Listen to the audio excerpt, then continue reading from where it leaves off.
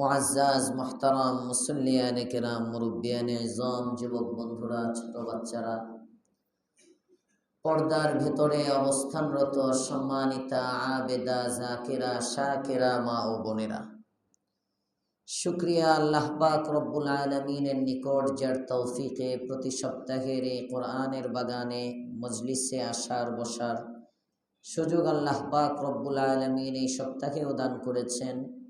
কৃতজ্ঞতা প্রকাশ করি, কালিমাতু শুকর করি, আলহামদুলিল্লাহ।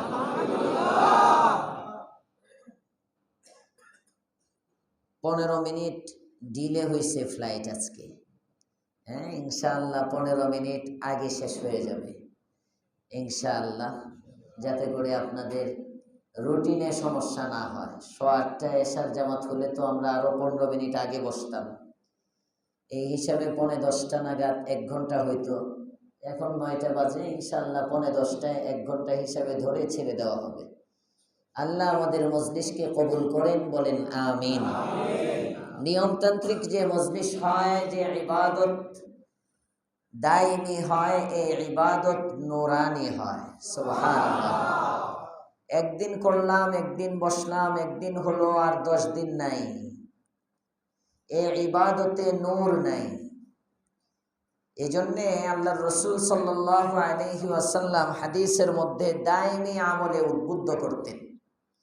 ইবাদত কম হোক কিন্তু কন্টিনিউ হোক, দায়মি হোক, সর্বদাই হোক, তখন এই ইবাদতের একটা আলাদা নূর পাওয়া যায়। সুবহানাল্লাহ। এর অর্থ এই না হঠাৎ একদিন বসলে কোনো সওয়াব হবে না, তা না। তো ইবাদতের পূর্ণ নূরের জন্য ইবাদতটা চলমান। এই জন্যে যে কোনো ইবাদত আসর করার জন্য, ক্রিয়াশীল হওয়ার জন্য এটা দায়মি হইতে হয়। দাওয়াত ও তাবলীগের মেহনত দেখবেন, আল্লাহর রাস্তায় গিয়ে দাড়ি টাড়ি সব রেখে দিছে, এরপরে হুট করে আবার একদিন দেখা দাড়ি নেই, হয় না? অনেক সময় আছে 3 চিল্লার সাথে লম্বা দাড়ি রাখছে, এরপরে আবার দাড়ি ছোট হয়ে গেছে। ওমরায় গেছে, হজে গেছে, দাড়ি লম্বা, আবার 1-2 বছর হঠাৎ দেখা হলো দাড়ি নেই। কি ব্যাপার? হুজুর রেখে দেব। ওই যে ইবাদতে দাওয়াম নাই, মাসিক নেশাব নাই, বাৎসরিক নেশাব নাই, ইবাদতের নূর নষ্ট হয়ে গেছে, যে কারণে এখন আমল থেকে দূরে সরে গেছে। আবার যদি এসে ইবাদতে লেগে যায়, তখন দেখবেন আবার নামাজের নূর আসতে থাকে, ইবাদতের নূর আসতে থাকে। সুবহানাল্লাহ। এজন্য আমি আপনাদেরকে বলি, 10 বছর পর্যন্ত বলে আসছি, এমনও কিছু শ্রোতা এখানে আছে যাদের 10 বছরের তাফসীর মিস নাই। আরো আসতে কোন সুবহানাল্লাহ। এমন শ্রোতা আছে এখানে। ইনশাআল্লাহ যেদিন খতমে কোরআন হইব, যদি আমি বেঁচে থাকি, তারাও বেঁচে থাকে, তাদেরকে পুরস্কৃত করা হবে ইনশাআল্লাহ। এক খতম। আমরা দারুল উলুম দেওবন্দে যখন পড়ি, 80% হাজিরাকেও হাজিরা ধরতো। 80% যদি উপস্থিত থাকে, 20% যদি অনুপস্থিত থাকে, অসুস্থতার কারণে, বিভিন্ন ওজরের কারণে, তাও তারাক্কি দিয়ে দিত। বার্ষিক পরীক্ষায় অংশগ্রহণ করা যেত, পরের ক্লাসে উঠে যেত। 80% হাজিরা, এটাও কেমন যেন 100%-এর মতোই স্বাভাবিক। হঠাৎ 1-2 দিন নাগা হয়ে গেল, এটা হতেই পারে, এটা না হওয়ার মতো। তো হঠাৎ আসলাম, একটা হলো হঠাৎ ছাড়লাম, আরেকটা হলো হঠাৎ আসলাম। দুটার মধ্যে পার্থক্য আছে না? আল্লাহ আমাদেরকে সহিভাবে কোরআনের সাথে লেগে থাকার তৌফিক দেন, বলেন আমিন। কোরআনে কারীমের সূরাতুল বাকারার 86 নম্বর আয়াত 87 গত সপ্তাহে তেলাওয়াত হয়েছিল, আলোচনা চলতেছিল। 87 নম্বর আয়াতের মধ্যে আল্লাহ পাক রব্বুল আলামিন বলেন, ওয়ালাকাদ আতাইনা মূসাল কিতাবা ওয়া কাফাইনা মিন বাদিহি বির রুসুল। আমি মূসাকে কিতাব দিয়েছি। প্রেক্ষাপটটা এই, আল্লাহ তাআলা বনি ইসরাইলের ওয়াকিয়া, ঘটনা বর্ণনা করে মূলত আমাদের পয়গম্বরকে শোনাচ্ছেন। আমাদের নবীর উপর যখন কোরআন অবতীর্ণ হলো, তখন কিছু মানুষ তা অস্বীকার করলো। মুশরিকরা আমাদের নবীর নবুয়তকে অস্বীকার করলো, ইহুদিরা আমাদের নবীর উপর কিতাব আসলো, এই কিতাবকে অস্বীকার করলো। আল্লাহ পাক রব্বুল আলামিন বলতেছেন, নবী এদের এই অস্বীকার করা নতুন নয়, এরা পুরাতন অস্বীকারী, এরা আগেও অস্বীকার করত। যেমন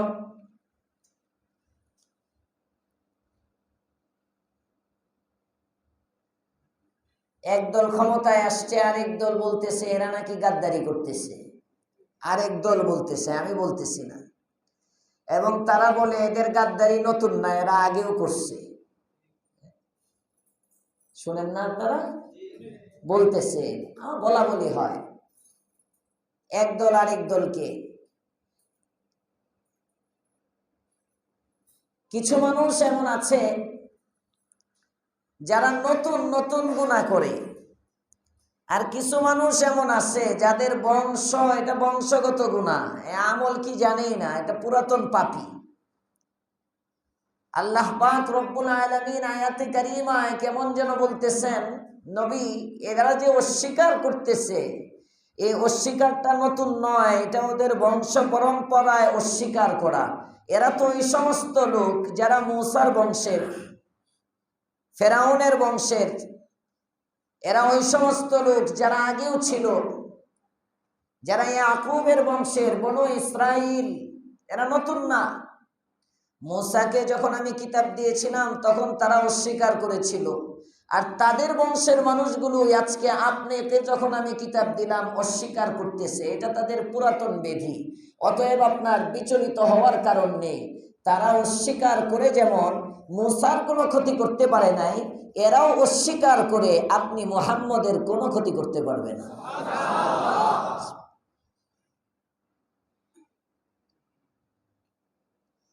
এটা হলো আয়াতের শিক্ষা। ওয়ালাকাদ আতাইনা মূসাল কিতাব, আমি মূসাকে কিতাব দিয়েছি। ওয়াকাফাইনা মিন বাদিহি বির-রুসুল, মূসার পরে একের পর এক ক্রমান্বয়ে ধারাবাহিকভাবে আমি রাসূল প্রেরণ করেছি। সুবহানাল্লাহ। ওয়া আতাইনা ঈসা ইবনে মারইয়ামাল বায়িনাত, এবং আমি ঈসা ইবনে মারইয়ামকে মুআজিজা দিয়েছি, সুস্পষ্ট নিদর্শন দিয়েছি। গত সপ্তাহে বলেছিলাম বাইনাতের দুই ব্যাখ্যা। বাইনাতের কয় ব্যাখ্যা? দুই ব্যাখ্যা। একটা হলো বাইনাত দ্বারা উদ্দেশ্য ঈসা আলাইহিস সালামকে যে কিতাব দিয়েছিলেন, নাম কি? সবাই বলেন। আসমানি কিতাব কয়টা? বড় বড় কিতাব চারটা। আসমানি বড় কিতাব কয়টা? ছোট ছোট 110টা। ছোট ছোট 110টা, বড় কিতাব চারটা।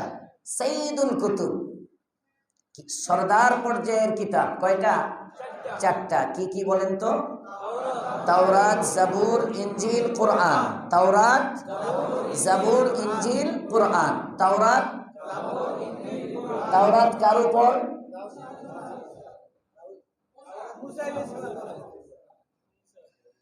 লেগে গেছে না?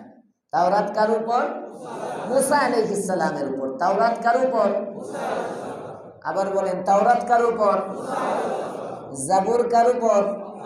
দাউদ আলাইহিস সালাম। ওয়া আতাইনা দাউদা জাবুরা, জাবুর কার উপর?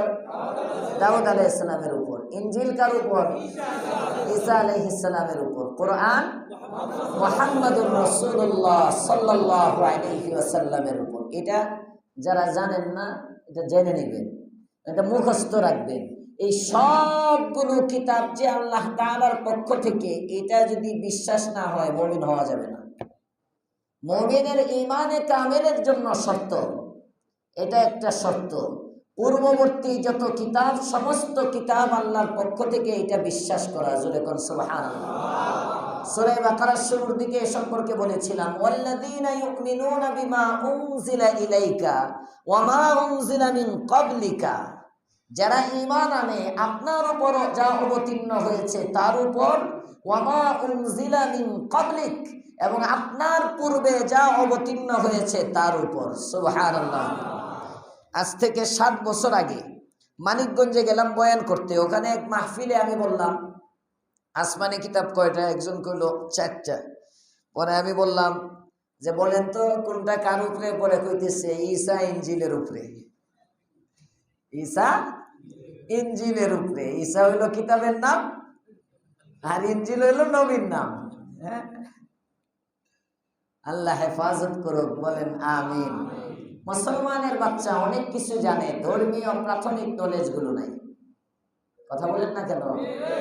ধর্মীয় নলেজ নাই। শুনাইছিলাম না, একবার গেছি ওমরার সফরে, আমার মুসল্লি সাথে সফরে আছে, তো আমি মারওয়ায় বের হইছি, সাফা মারওয়া সাই শেষে মারওয়া দিয়ে বের হইছি।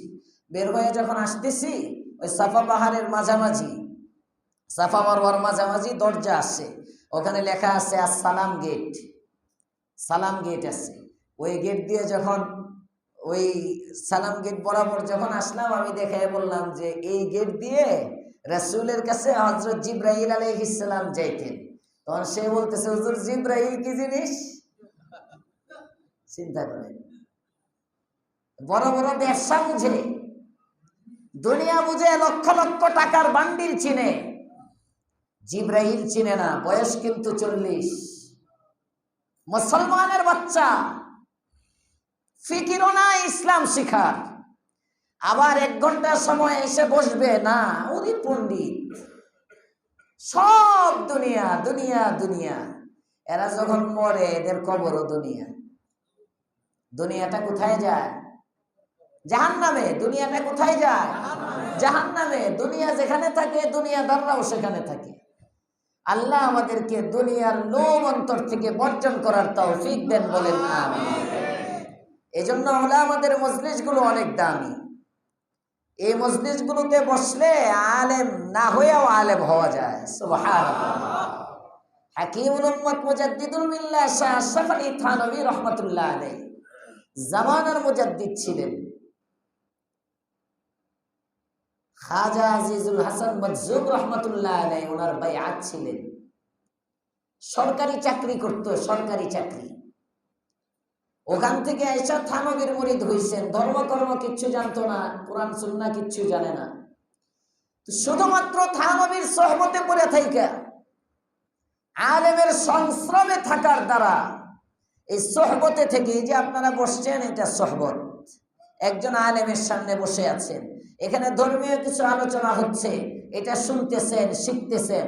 শুধুমাত্র এইভাবে উলামায়ে কেরামের কাছে বসে বসে শুনে শুনে থানবীর সোহবতে থেকে থেকে এই পর্যায়ের বড় হয়ে গেছেন। আল্লাহ তাকে কবুল করেছেন। হাকিমুল উম্মত থানবীর ইন্তেকালের পরে থানবীর মসনদে কে বসবে, এটা নিয়ে যখন বৈঠক হয়, বড় বড় শাইখুল হাদিসরাও বলেন যে থানবীর মসনদে বসার মতো আজিজুল হাসান মজজুব ছাড়া আর কাউকে দেখতেছি না। এজন্য সোহবত বড় দামি জিনিস, উলামাদের মজলিস বড় দামি জিনিস। মাদ্রাসায় পড়েও এতটা অর্জন করা যায় না সোহবতে যতটা অর্জন করা যায়।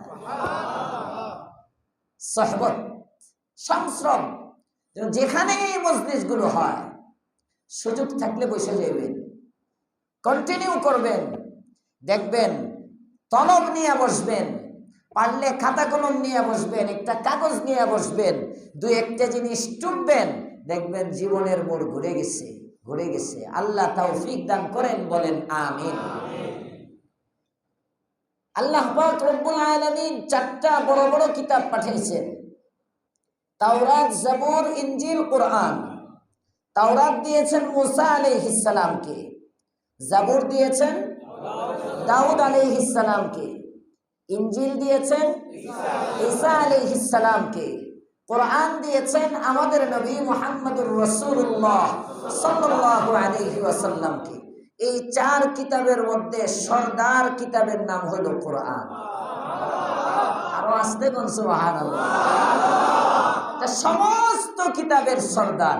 এটা শুধু কিতাব না, রব বলেন এটা কিতাবও, এটা কালামও। সুবহানাল্লাহ। এটা রবের কালাম, এটা রবের কথা।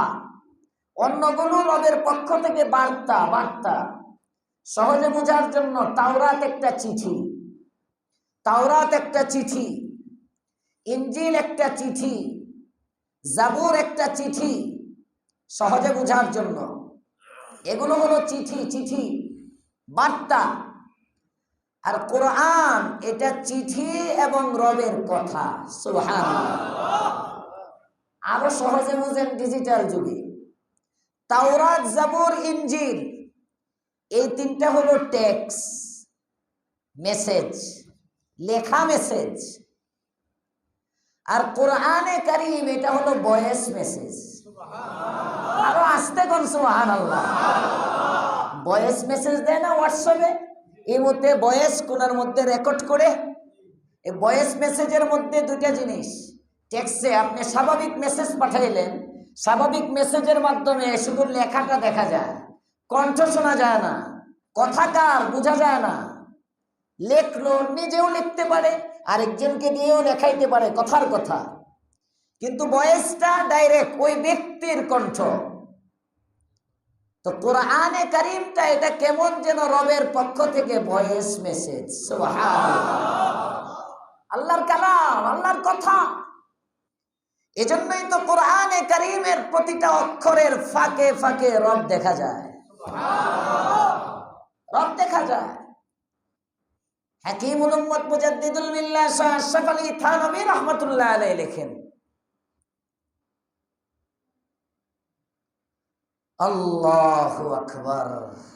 বাদশাহ আলমগীর এর মেয়ে যাইবুন নিসা বড় আলেমা ছিল, আলেমা ছিল, বহুত বড় কবিও ছিল। এক শের ইরানি বাদশাহ এক শেরের মিসরা বানায় আরেক মিসরা বানাইতে পারে না। ওই মিসরাটা বানানোর জন্য ইরানের থেকে ইন্ডিয়ান কবিদের কাছে লিখে পাঠাইল, তোমরা কেউ এর সাথে একটা মিসরা পংক্তি বানায় দাও। কেউ বানাইতে পারে না। যাইবুন নিসা এটা মিসরা বানাইলেন, বানায় এটা যখন বাদশার কাছে দিলেন, বাদশা পাঠিয়ে দিলেন। ইরানে যখন এই পংক্তি গেল, দুর্রে আবলাক কাছে কমদি দা মওজুদ মাগার আশকে বুতানে সুরমা আলুদ। কবিতা হয় কয় লাইনে? কবিতা হয় কয় লাইনে? কমপক্ষে 2 লাইন। কমপক্ষে কয় লাইন? 2 লাইন কবিতার পংক্তি। কবিতা হওয়ার জন্য মিল থাকতে হয়তো, হাট্টিমা টিম টিম। খালি এটা করলে কবিতা হইল? বলতে হবে তারা মাঠে পারে ডিম। হ্যাঁ, তখন কি হয়? মিলল। হাট্টিমা টিম টিম, তারা মাঠে পারে ডিম। হাসা হোক আর মিশা হোক, সত্য হোক আর মিথ্যা হোক, কবিতা তো কমপক্ষে 2টা। বাদশা বানাইলো দুর্রে আবলাক কাছে কন্দিদা মওজুদ। আর বলতে পারে না, চালান শেষ। এখন কবিদেরকে দরবারি কবি থাকে, দরবারি। আমাদের যেমন নেতাদের কিছু দালাল থাকে, আছে না নাই? আওয়ামী লীগের আমলে হাসিনার কিছু চাটুকার ছিল। এখন বিএনপির আমলে প্রধানমন্ত্রী তারেক রহমান সাহেবের কিছু চাটুকার আছে না নাই? আছে। এই চাটুকাররাই শেষ করে, এই চাটুকাররাই শেষ করে। নেতাদেরকে যেন আল্লাহ চাটুকার মুক্ত রাখে। জোরে কোন আমিন। আমি তো দোয়া করি সব সময় নেতারা যেন চাটুকারের পিছনে না পড়ে। এই চাটুকাররা এদেরকে ভুল মেসেজ দেয়, পুরা দেশ গরম। তারা সব স্বাভাবিক, কিচ্ছু না, সব আপনার ভক্ত। আছে না নাই? হাসিনারে তো এইভাবেই বুঝাইছিল, যে কারণে যখন গেছে এই সময় বুঝে না, এর যে যাওয়ার সময় আসছে। যদি বুঝতো তাহলে সে স্যাক্রিফাইসের চেষ্টা করত, কম্প্রোমাইজ করতো, বৈশা একটা সমাধানের। তো এমন সময় বুঝছে তখন আর সুরত নাই, পুরা দেশ গরম। তো মেসেজ ভুল, আমরা ঠেকাইতেছি, ছাত্রলীগই যথেষ্ট। আছে না? চাটুকার, চাটুকার। ওই জামানায় দরবারি কিছু চাটুকার ছিল, দরবারি কিছু কবি ছিল বাদশার প্রশংসা করার জন্য। দরবারি কবি এদেরকে ভাতা দিয়ে রাখতো, ভাতা দিয়ে। তো ইরানের বাদশা বের হয়ে বলে, এই তোমাদেরকে ভাতা দিয়ে আমার এই কবিতার সাথে আরেকটা পংক্তি মিলিয়ে দাও, নয়তো ভাতাও যাবে, চাকরিও যাবে, বেশি হলে কল্লাও যাবে, গর্দানও যাবে। পেরেশান, কেউ মিলাইতে পারে না। পাঠাইলো ভারতবর্ষে খুব চর্চা ছিল কবিতার। জাইবুন নেসার কাছে যখন গেল, জাইবুন নেসা এটার সাথে দ্বিতীয় পংক্তি মিলাইয়া দিল, মাগার আশকে বুতানে সুরমা আলুদ। আগেরটা ছিল মওজুদ, শেষে দাল, এখন হলো আলুদ দাল, এখন একটা শের হয়ে গেল। দুর্রে আমলাক কাছে কম দিদা মওজুদ, দুর্রে আমলাক কাছে কম দিদা মওজুদ, মাগার আশকে বুতানে সুরমা আলুদ, মাগার আশকে বুতানে সুরমা আলুদ। কবিতা হয়েছে না? এমন কবিতা হয়েছে। এই কবিতা যখন ওখানে ইরানে পাঠাইছে, ইরানের বাদশা বলে বাদশা আলমগীর, কোন কবি এত সুন্দর করে আমার কবিতার পংক্তি মিলিয়ে দিল, তাকে আমি দেখতে চাই, তাকে আমি নিজ হাতে পুরস্কৃত করতে চাই। আমার দরবারের সব মানুষের সামনে আমি তাকে পুরস্কৃত করতে চাই। এবার আলমগীর জাইবুন নিসাকে গিয়ে বলে, সর্বনাশ, এখন কি? এখন কি? তোমারে তো দেখবার চায়। বাদশাহ বিশাল সংবর্ধনা অনুষ্ঠান করতে চায়, ওই অনুষ্ঠানের মধ্যে তোমাকে দেখবে, সবার সামনে পুরস্কৃত করবে। এই জামানার নাম কাওয়াস্তে মুমিন হইলে কইতো সমস্যা নেই, আপাতত সংবিধান একটু সংস্কার করিয়া, পর্দার বিধানটা একটু পিছনে ফেলাইয়া পরে ইসলাম কায়েম করবো নেই, আপাতত এক মঞ্চে বসা যাই, সমস্যা নেই, আপাতত এক মঞ্চে বসি, ইসলাম পরে, ক্ষমতায় আগে গিয়ে নেই। আছে না নাই? সবাই বলেন আছে না নাই? আবার জামাতে ইসলামটা কইতেছি মনে করেন না, তাদেরকে না, আমি এমনি আম ভাবে বুঝাইতেছি। কিন্তু মেয়ে ডাক দিয়ে বলে, বাবা সম্ভব নয়, সম্ভব নয়। কি জবাব দিব? আমি এর জবাবে আরেকটা কবিতা লিখে দে। দরসখুম মখফি মানাম চু বুয়ে গুল দরবার গে গুল, দরসখুম মখফি মানাম চু বুয়ে গুল দরবার গে গুল, হার কে দিদান মাইলে দারাদ দর্শকুন বিনাদ মোরা। আরেকটা কবিতা লিখে দিল। কয়, বাবা আমি আরেকটা কবিতা লিখি, আপনি বাদশার কাছে এই কবিতা পাঠিয়ে দেন, দেখবেন বাদশা আর আমারে দেখতে চাইবো না। সুবহানাল্লাহ। এবার লিখে দিছে কবিতা। দর্শকুন মখফি মানাম চু বুয়ে গুল দরবার গে গুল, হার কে দিদান মাইলে দারাদ দর্শকুন বিনাদ মোরা। অর্থ কি? ও ইরানের কবি, যে ব্যক্তি আমাকে দেখতে চায়, আমি একজন পর্দা আবৃতা নারী, আমি একজন পর্দানসীন রমণী, সকলের সামনে যাওয়া আমার জন্য সম্ভব নয়। যে ব্যক্তি আমাকে দেখার ইচ্ছা রাখে, সে যেন আমার কথায় আমাকে দেখে। সুবহানাল্লাহ। সে যেন আমার কথায় আমাকে দেখে। দর্শকুন মখফি মানাম, আমার কথার মধ্যে আমি লুকায়িত। যেমনি ভাবে ফুলের ঘ্রাণটা ফুলের পাপড়ির মধ্যে লুকায়িত। সুবহানাল্লাহ। ফুলের পাপড়ির মধ্যে যেমন ফুলের ঘ্রাণ থাকে, ঘ্রাণ আলাদা করা যায় না, দেখা যায় না, তো ফুল আছে যেখানে, ঘ্রাণ আছে সেখানে, তো আমার কথার মধ্যেও আমি আছি। যদি কেউ আমাকে খুঁজে আমাকে দেখতে চায়, সে আমার কথা দেখুক, আমার কথার মধ্যে সে আমাকে দেখতে পাবে। হাকিমুল উম্মত থানবী বলেন, জাইবুন নেসা একজন মানুষ, তাকে যদি তার কথার মধ্যে দেখা যেতে পারে, কোরআনে কারীমের প্রতিটা আয়াতের ফাঁকে ফাঁকে রবকেও দেখা যেতে পারে। রবের কালাম, এটা রবের কালাম। মানুষের কথাই যদি মানুষ দেখা যায়, রবের কথার মধ্যে রব দেখা যায়। আল্লাহু আকবার বলেন। আমরা ওই চোখ নাই, তো ওই আবেগই নাই, ওই ভালোবাসাই নাই, এজন্য আমরা দেখি না। বান্ধবীর সাথে যখন কথা হয়, ও রে বাবা, মনে হয় তার চোখ, তার ব্রু, তার নাক, তার ঠোঁট সব বাসতেছে চোখের মধ্যে। তো রবের সামনে কথা হলে বাসবে না কেন? কথা বলেন না কেন? রবের সঙ্গে কথা বলে বাসবে না কেন?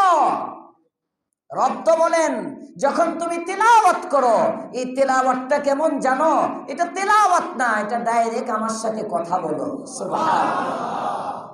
এজন্য তিলাওয়াতের আদবের মধ্যে আছে, যখন বান্দা কোরআনটা খুলে বসে, আমরা শুনি না, আমাদের ওই কান নাই যে, তো যখনই বান্দা কোরআন তিলাওয়াত করতে বসে, তখন আল্লাহ তাআলা বলেন, ও বান্দা পড়ো দেখি আমার কালাম কত সুন্দর করে পড়তে পারো। এটা রব বলে, আমাকেও বলে, আপনি তেলাওয়াত করতে বসলে আপনাকেও বলে, যুবককেও বলে, যুবতীকেও বলে, বৃদ্ধকেও বলে, বৃদ্ধাকেও বলে। যে ব্যক্তি কোরআন তেলাওয়াত করে, রব আগে বলে, বান্দা পড় না, পড়ো দেখি আমার কালাম কত সুন্দর করে পড়তে পারো, কেউ না শুনলেও আমি রব শুনবো। এজন্য কোরআন সবচেয়ে বড়, কোরআন সর্বশ্রেষ্ঠ, কোরআন সবচেয়ে দামি চার কিতাবের মধ্যে। কেন? কোরআন এটা কিতাব প্লাস রবের কালাম। জোরে কোন সুবহানাল্লাহ। আল্লাহ পাক রব্বুল আলামিন মুআজিজা দিচ্ছেন প্রত্যেক নবীকে। এখানে ঈসা আলাইহিস সালামের কথা আসছে। আল্লাহ বলেন, ওয়া আতাইনা ঈসা ইবনা মারইয়ামাল বাইনাত, আমি যেমনি ভাবে মূসাকে কিতাব দিয়েছি, মূসার পরে একের পর এক রাসূল প্রেরণ করেছি, ঠিক তেমনি ভাবে আমি ঈসা ইবনে মারইয়ামকেও কিতাব দিয়েছি। সুবহানাল্লাহ। বাইনাতের এক ব্যাখ্যা বললাম, ভুলে গেছে। বাইনাতের এক ব্যাখ্যা ইনজিল, বাইনাতের এক ব্যাখ্যা কি? ইনজিল। আরেক ব্যাখ্যা হলো মুআজিজা। আরেক ব্যাখ্যা কি? মুআজিজা। সমস্ত নবীদেরকে আল্লাহ তাআলা অলৌকিক কিছু মুআজিজা দান করছেন। মুআজিজা কাকে বলে? যেটা মানুষের থেকে হওয়া সম্ভব না, সাধারণ মানুষের থেকে হওয়া সম্ভব না। যেমন মনে করেন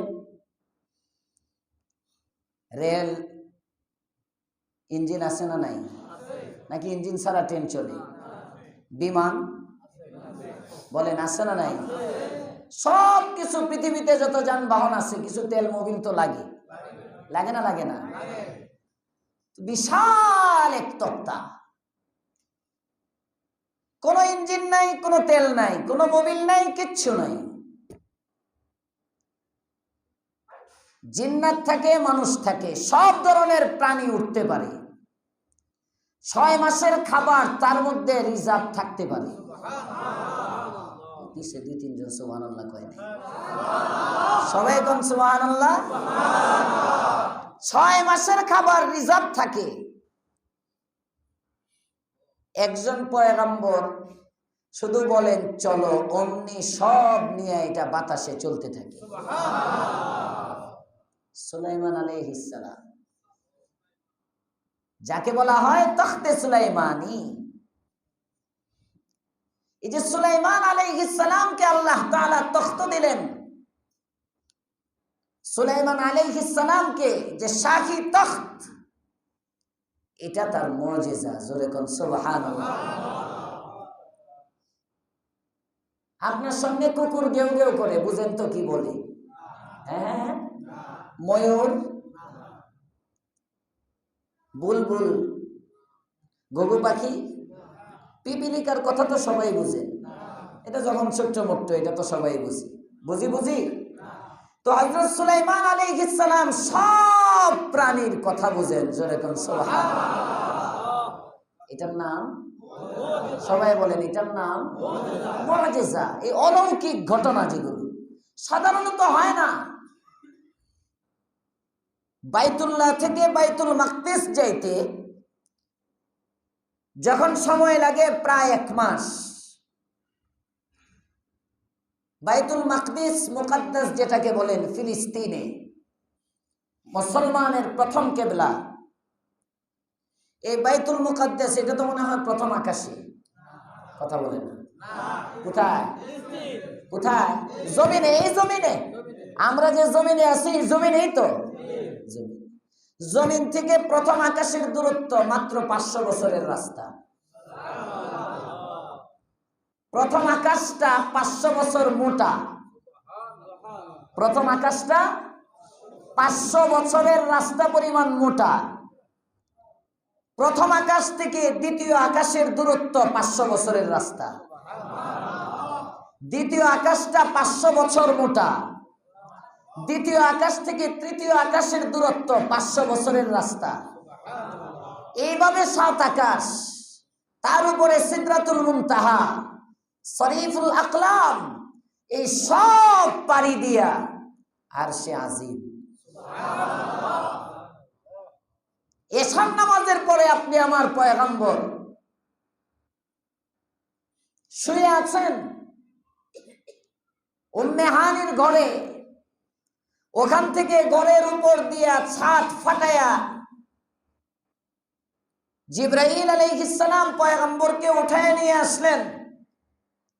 হাতিমের মধ্যে এনে শোয়াইলেন, বুকটাকে ফাড়লেন, কলবটাকে বের করলেন।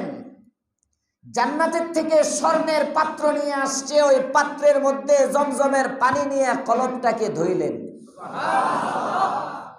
কলবটা আবার ভিতরে রাখলেন, দুই পাশে দুইটা চাপ দিলেন,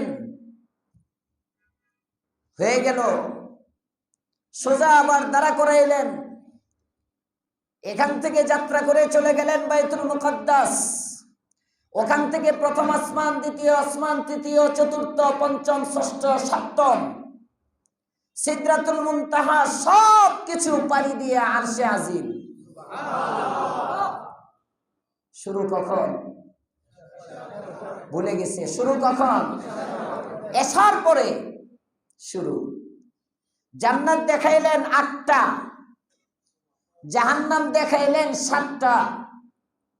বাইতুল মুকাদ্দাসে আদম থেকে শুরু করে ঈসা পর্যন্ত সমস্ত নবী রাসূলের সাথে পরিচয় করাইলেন। সব যা মাখলুকাত আছে সবগুলো পয়গম্বরকে দেখায়া বাইতুল মুকাদ্দাসে 100 লক্ষ নবী রাসূলের ইমামতি করায়া ইমামুল মুরসালিন লখব দিয়ে আবার জিবরাইল আমিন এসে পয়গম্বরকে মক্কায় রেখে গেলেন ফজরের আগে। পারবেন তো ঢাকা থেকে চিটাগাং যাইতে? এশার পরে গিয়ে আবার উত্তরায় এসে ফজর পড়বেন, চিন্তা করেন। এই যে হলো নাম, আমি মুআজিজা বুঝাচ্ছি, নাম মুআজিজা। যুদ্ধের ময়দানে বের হয়ে গেলেন পয়গম্বর। হায় হায় হায়, এমন জায়গায় কাফেলা থামলো, পানি নেই, নামাজের সময় নিকটে, সব মানুষ অস্থির হয়ে গেছে নামাজের জন্য। ওনারা তো সাহাবী, ওনারা তো নামাজের ওয়াক্ত হলে অস্থির আর বেচাইন। আমরা তো সব কাজ শেষ করে পারলে পরে নামাজ। কথা বলেন না কেন? আমাদের কোনো অস্থিরতা নাই। বিরানির ফুটলা একটা জায়গা কিনা অস্থির। হঠাৎ যদি শুনেন ওই যে সরকারি কোনো লোক আসছে আর ফ্রিতে 5 কেজি করে চাউল দিতেছে, খালি যদি খবর হয় কয়জন শ্রোতা এনে পাওয়া যায় আল্লাহ জানে।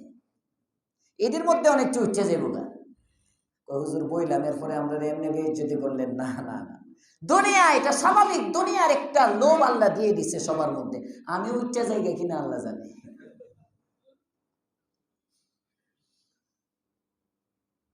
আমরা অস্থির দুনিয়ার জন্য, সাহাবায়ে কেরাম অস্থির আখিরাতের জন্য। সুবহানাল্লাহ। নামাজের ওয়াক্ত অস্থির, কিভাবে নামাজ পড়বো? নবী বলেন, পানি কারো কাছে নাই? না তো, তালাশ করো না, কারো পাত্রের নিচে একটু পানিও নাই। এক সাহাবী কয়, ইয়া রাসূলুল্লাহ, আমার মামপটের কোনায় একটু আছে। পানির যে পাত্র, এই জামানা হিসাবে আর কি বললাম মামপট। অনেক সময় বাচ্চারা টানতে টানতে পাইবে আর যায় না, যখন নিচে পড়ে, কারণ পাইপ তো মাঝখানে, পানি কোনায় একটু থাকে না মামপটের মধ্যে, ওইটারে টাইম নাও নিতে পারে না, এমনি দিলেও যায় না, অমনি দিলেও যায় না, কোনায় একটু পানি পড়ে থাকে। তো মস্কের মধ্যে এরকম কোনায় একটু পানি, যার মধ্যে আঙ্গুলগুলো ভিজে না। এই পরিমাণ পানি। এক সাহাবী বলে, ইয়া রাসূলুল্লাহ, পাইছি মশকের কোণার মধ্যে একটু, কয় আনো। আনছে পয়গম্বরের সামনে। নবী এটার মধ্যে, ওই পানিটার মধ্যে নিজের আঙ্গুলগুলো ধরছেন। হযরতে আনাস বলেন, আল্লাহর রাসূল আঙ্গুলগুলো ধরে বলতেছেন, তোমরা পানি নিতে থাকো, যার ওযু লাগে ওযু করো, গোসল লাগে গোসল করো, খাওয়ার জন্য জমা করো। সুবহানাল্লাহ। বুখারীর কথা, বাপদাদার বানানো কিচ্ছা না। আল্লাহর পয়গম্বরের সাহাবী বলেন, কাফেলার মধ্যে 1500 সাহাবী, আমরা 1500 সাহাবীর জামাত, আমরা সব মানুষ ওযু করলাম। যাদের পানি সংরক্ষণ করে রাখার পানি সংরক্ষণ করে রাখলাম, যাদের গোসলের জরুরত ছিল গোসল করলাম। 1500 মানুষ ওযু করা, পানি জমা করা এবং গোসল করার পরে তাকে দেখি এখনো পয়গম্বরের আঙ্গুল মুবারক থেকে পানি বের হচ্ছে। নাম নাম মুজিজা, মুজিজাতুল আম্বিয়া হাক্কুন। নবীদের মুজিজা এটা সত্য, নবীদের মুজিজা এটা সত্য, নবীদের মুজিজা এটা সত্য। আল্লাহ পাক রব্বুল আলামিন এখানে বলতেছেন, ওয়া আতাইনা ঈসা ইবনে মারইয়ামাল বাইয়িনাত, আমি ঈসা ইবনে মারইয়ামকে মুজিজা দিয়েছি। এক ব্যাখ্যা হলো ইনজিল, আরেক ব্যাখ্যা মুজিজা। ঈসা আলাইহিস সালামকে মুজিজা কি দিলেন?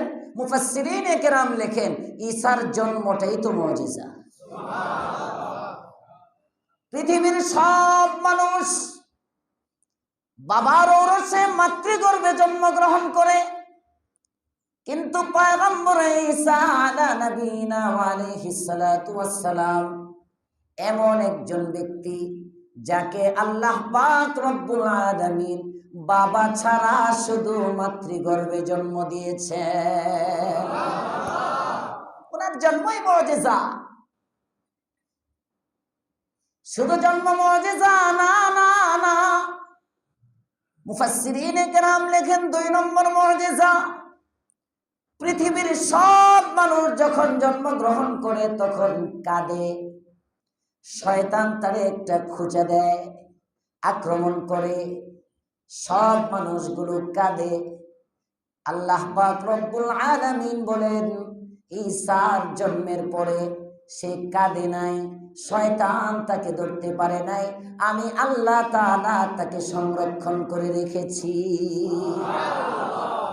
2 নম্বর মুজিজা, কোন বাচ্চা 3 মাস 2.5 মাসের আগে কথা বলতে পারে না। ঈসা ওয়া আতাইনা ঈসা ইবনে মারইয়ামাল বাইয়িনাত, আল্লাহ বলেন আমি ঈসা ইবনে মারইয়ামকে বাইয়িনাত দিলাম। তার মানে মায়ের কোলে একদিনের শিশু একদিনও পুরা হয় নাই। হযরতে মারইয়াম রাদিয়াল্লাহু তাআলা আনহা সন্তান প্রসব করলেন। সন্তান প্রসব করার পরে বলেন, ইয়া লাইতানি মিতু ক্বাবলা হাযা ওয়া কুনতু নাসিয়াম মানসিয়া। হায়, এমন একটা দিন আসার আগে যদি আমি মরে যেতাম। ইজ্জতওয়ালা মানুষ যারা, এরা মৃত্যু প্রাধান্য, মৃত্যু গ্রহণ করতে পারে কিন্তু ইজ্জত ছাড়তে পারে না। কথা বলেন ঠিক না বেঠি? আল্লাহ আমাদের সকলকে ইজ্জতওয়ালা বানায় দেন, বলেন আমিন। আমাদের নেতাদেরকেও ইজ্জতওয়ালা বানায় দেন। কিন্তু বাংলাদেশের অবস্থা এমন, যত নেতা অধিকাংশই বেহায়া আর নির্লজ্জ। নির্লজ্জ না হইলে মনে হয় বাংলাদেশের নেতা হওয়া যায় না। বেডি হইলেও লজ্জা নাই, বেটা হইলেও লজ্জা নাই, এজন্য নিজের যুবতী মেয়েকে নিয়ে সিনেমা হলে যায়। আসতে কেন, জোরে বলেন ঠিক না বেঠি? প্রধানমন্ত্রী নিজের একটা মেয়েকে নিয়ে সিনেমা হলে যায় আর এটা ফ্লাশ হয়, এর মতো নির্লজ্জতা মুসলিম সমাজে আর হতে পারে না।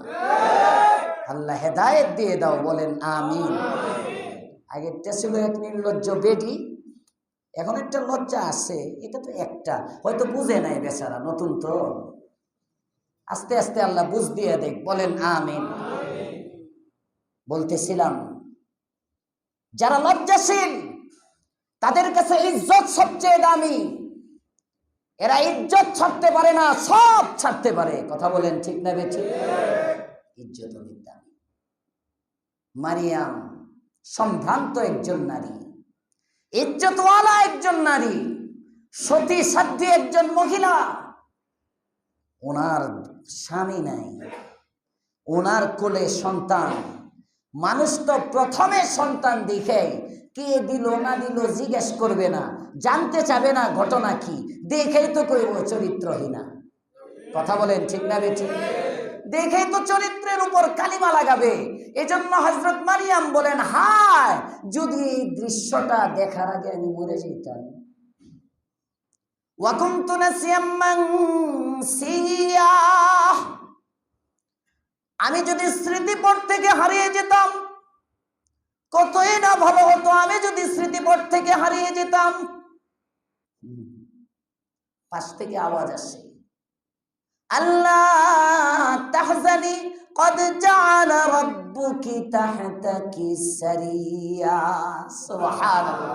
ওয়া হুজ্জি ইলাইকি বিজিযইন নাখলাতি তুসাকিতু আলাইকি রুতবান জানিয়া ফাকুলি ওয়াশরাবি ওয়া কররি আইনা। আল্লাহু আকবার বলেন। আল্লাহ তাআলা কয়, মারিয়াম কি চিন্তা করো, লা তাহজানি, কোনো চিন্তা নাই। তোমার রব দেখো তোমার নিচে কি সুন্দর নহর দিয়ে দিয়েছেন। নহরের মধ্যে মিষ্টি পানি, আর সামনে তোমার পাশে মরা খেজুর গাছ। এই খেজুর গাছের মধ্যে তাজা খেজুর। সুবহানাল্লাহ। খেজুর গাছের ডাল ধরে নাড়া দাও, তাজা পাকা মিষ্টি খেজুরগুলো তোমার উপর পড়তে থাকবে। ওই খেজুরগুলো খাও। ফাকুলি, আর মিষ্টি নহর থেকে পানি পান করো। ওয়াশরাবি, আর যে সন্তান আমি দিলাম ওই সন্তানের ফুটফুটে চেহারাটা দেখে চক্ষু শীতল করো।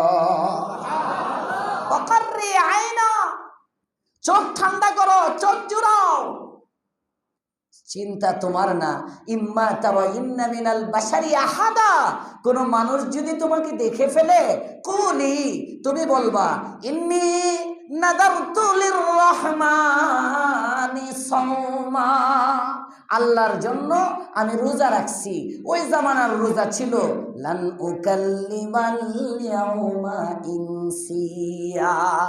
এই জামানার রোজা রাখলে যেমন খাওয়া নিষেধ, এই জামানার রোজা রাখলে যেমন স্ত্রীর সাথে স্ত্রী সুলভ ব্যবহার নিষেধ, ওই জামানার রোজা ছিল, মুফাসসিরিনে কেরাম লেখেন, কথা নিষেধ, ইশারায় বলবা আমি তো রোজা, সুতরাং লান উকাল্লিমাল ইয়াউমা ইনসিয়া, আমি কারোর সাথে কথা বলবো না। সুবহানাল্লাহ। মারিয়ামকে ফর্মুলা বলে দিলেন। বাচ্চা নিয়ে আবার সমাজের মধ্যে ঢুকে যাইতেছেন। ঘরের মধ্যে যখন গেলেন, ফাআতাত বিহি কওমাহা তাহমিলু, বাচ্চা বহন করে, বাচ্চা কোলে নিয়ে যখন তার সম্প্রদায়ের নিকটে আসলো, সম্প্রদায়ের মানুষ দেখে ওই যে শুরুতে ক্বালু ইয়া মারইয়াম, হে মারইয়াম, লাকাদ জিতি শাইআন ফারিয়া, তুই তো খুব খারাপ জিনিস নিয়ে আসলি, তুই তো বড় খারাপ। ইয়া উখতা হারুনা মা কানা আবুকি ইমরাআ সাউইন ওয়া মা কানাত উম্মুকি বাগিয়া, তার মা তো এমন ছিল না, তার বাবা তো এমন ছিল না। আছে না নাই? এই সমাজেও কিছু মানুষ আছে, এই সমাজেও কিছু মানুষ আছে। জিয়াউর রহমান সাহেব তো এমন ছিল না, বেগম জিয়াও এমন ছিল না। আমরা জিয়াউর রহমান সাহেবের ভক্ত, বেগম জিয়ার ভক্ত, খালি তারেক রহমান তিক্ত। কথা কোন আছে না নাই? কিছু মানুষ এমন আছে, আছে। ভালো করলেও খারাপ বানাইবো, খারাপটা তো খারাপই, ভালোটাও চোখে দেখবে না, বিরোধিতাই মূল উদ্দেশ্য, এমন কিছু আছে। ওরা তো আগে জিজ্ঞেস করবে কি হয়েছে হুজুর, কি করলেন না করলেন, মারিয়ামরে কি বোন তুমি, কিচ্ছু জিজ্ঞেস না করে আগেই কয় ইয়া উখতা হারুন, হ্যাঁ হারুনের মেয়ে, হারুনের বোন, মা কানা আবুকি ইমরাআ সাউ, তোমার বাপ তো খারাপ ছিল না, ওয়া মা কানাত উম্মুকি বাগিয়া, তোমার মাও তো খারাপ ছিল না। এত ভালো বাপ মার ঘরে তুমি খারাপ হইলে কেমনি? বিসমিল্লাহ। কষ্ট হইতেছে আপনাদের? মারিয়াম কিচ্ছু বলে না। ফাআশারাত ইলাইহি, মারিয়াম কিছু না বলে বাচ্চার দিকে ইশারা করে। এবার তো আরো খেপে, বুঝেন নাই? এনসিপির পোলাপানের মতো, বিরোধী দলের নেতাদের মতো তারেক রহমান সাহেব সংসদে গিয়ে চুপচাপ বসে থাকে। তার পক্ষ থেকে নাকি খালি স্বরাষ্ট্রমন্ত্রী কয়েকজনে শুনাইল, হ্যাঁ, তার পক্ষ থেকে। এরা তো আরো খেপে, কয়ে বোবা নাকি, আরো খেপে। মারিয়াম কিচ্ছু কয় না, নিজে তো কয় না, ইশারা করে বাচ্চার দিকে। এরা তো আরো খেপে। ক্বালু, তারা বলে, কাইফা নুকাল্লিমু মান কানা ফিল মাহদি সাবিয়া, কয় যে শিশু কোলের, তার সাথে আবার কথা বলি কিভাবে? এটা বলে যখন মাকে একটা ধমক দেয়, ওই সময় ছোট্ট শিশুর জবান খুলে যায়। ডাক দিয়ে বলে, ক্বালা ইন্নী আবদুল্লাহ। আল্লাহু আকবার। হযরত ঈসা নবীনা আলাইহিস সালাতু ওয়াস সালাম ছোট্ট শিশু, কেমন যেন বাপটা এমন উপস্থিত লোকদেরকে বলে, না না, ধমক দিবি না, আমার মার দিকে চোখ গরম করে তাকাবি না, আমার মায়ের দিকে আঙ্গুল তুলে তাকাবি না। আমি আমার পরিচয় দিতেছি, আমি হলাম আল্লাহ তাআলার বান্দা। কয়দিনে? একদিনও হয় নাই। ঈসা আলাইহিস সালাম বাবা ছাড়া জন্ম একটা মুজিজা। জন্মের পরে আল্লাহ হেফাজত করেছেন 2 নম্বর মুজিজা। জন্মের পরে জবান আল্লাহ পাক রব্বুল আলামিন বাক শক্তি দিলেন 3 নম্বর মুজিজা। এবার ঈসা বলে, আমি শুধু আল্লাহর বান্দা না, না, আতানিয়াল কিতাব, আল্লাহ আমারে জন্মগত নবী বানাইছেন। সুবহানাল্লাহ। সবাই 40 বছর বয়সে নবী হয়, আমি ঈসা আজকে জন্মগ্রহণ করেছি, আজকেই নবী। আতানিয়াল কিতাবা ওয়া জাআলানি নবিয়্যা, আমাকে উনি কিতাব দিবেন এবং আমাকে তিনি নবীও বানাইছেন। শুধু কি তাই না, না, না, ওয়া জাআলানি মুবারাকা। আল্লাহু আকবার। আমার সত্তাটাকে বরকতময় বানাইছেন, আমি যেখানেই থাকবো ওই এলাকায় বরকত দিয়ে আল্লাহ ভরে দিবে। ওয়া জাআলানি মুবারাকান আইনামা কুনতু, তবে আমাকে কিছু ডিউটিও দিয়ে দিবেন। ওয়া আওসানি বিসসালাতি ওয়াজ যাকাতি মা দুমতু হাইয়া, যতদিন আমি জীবিত থাকি আমার মিশন হলো নামাজ এবং যাকাত। সুবহানাল্লাহ। এর নাম বলে গেছে, এর নাম আল্লাহ তাআলা এটাই বলতেছেন, ওয়া আতাইনা ঈসা ইবনে মারইয়ামাল বাইয়িনাত, আমি ঈসা ইবনে মারইয়ামকে বাইয়িনাত মুজিজা দিলাম।